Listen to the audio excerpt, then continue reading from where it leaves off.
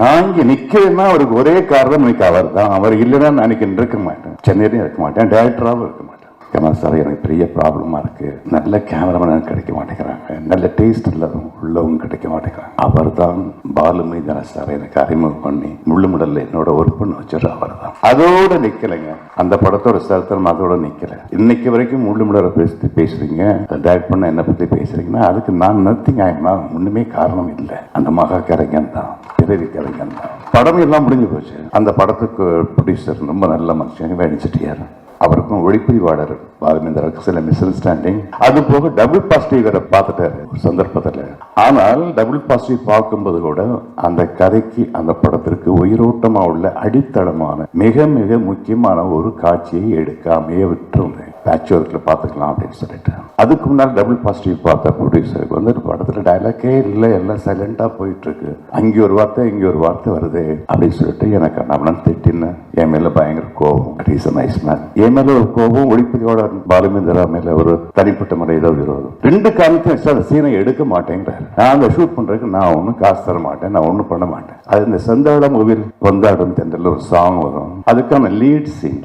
அந்த பாட்டையும் தூக்கிருங்கிறார். பாட்டையும் தூக்கிட்டு இந்த சீனையும் எடுக்காமட்டா அந்த படம் ஒண்ணுமே இல்லை. குறப்பிரசமா வெளிவந்து அது மறக்கப்பட்டிருக்கும், நானும் காணாம போயிருப்பேன்.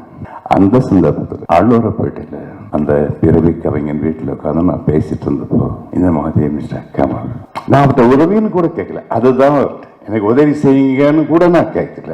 அவர்கிட்ட போய் இதுதான் சிச்சுவேஷன், தெரியல, பைத்தியம் அடிக்கிற மாதிரி இருக்கு, எதுக்கு டயட் பண்ண வந்தோன்னு இருக்கு அப்படின்னு சொல்லிட்டு இருக்கும்போது கொஞ்சம் ரெண்டு போனார், நேரம் வேணிச்சிட்டு போனார். என்னது இது வரைக்கும் அப்போ அந்த நிலைமையில கூட இந்த கலைஞன் மகா கலைஞன் அந்த படத்தை பார்க்கல, நான் எடுத்த படத்தை பார்க்கல. என் மேல உள்ள நம்பிக்கையினால எனக்காக பரிஞ்சிட்டு ப்ரொடியூசர்ட்ட போறாரு. ப்ரொடியூசர்ட்ட போய் எவ்வளவு வாதாடி பார்க்கறாரு. படத்துக்கு ஆதாரமே அந்த சீன் தாங்கிறாரு டைரக்டர்.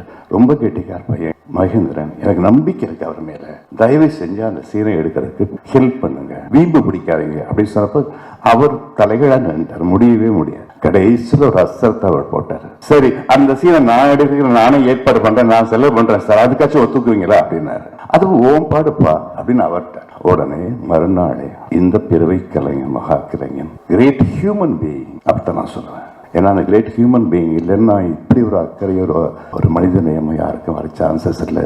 அவர் என்ன பண்ணார், மறுநாளே சுந்தர் சேலரில் கேமரா ஃபிலிம் எல்லாம் அரேஞ்ச் பண்ணி சத்யா ஸ்டுடியோவில் சம்பந்தப்பட்ட காட்சியை எடுக்க வச்சு அந்த படத்துல இணைக்கிறதுக்கு காரணமா இருந்தார். அதுக்கப்புறம் தான் அந்த படம் முழுமை அடைந்தது.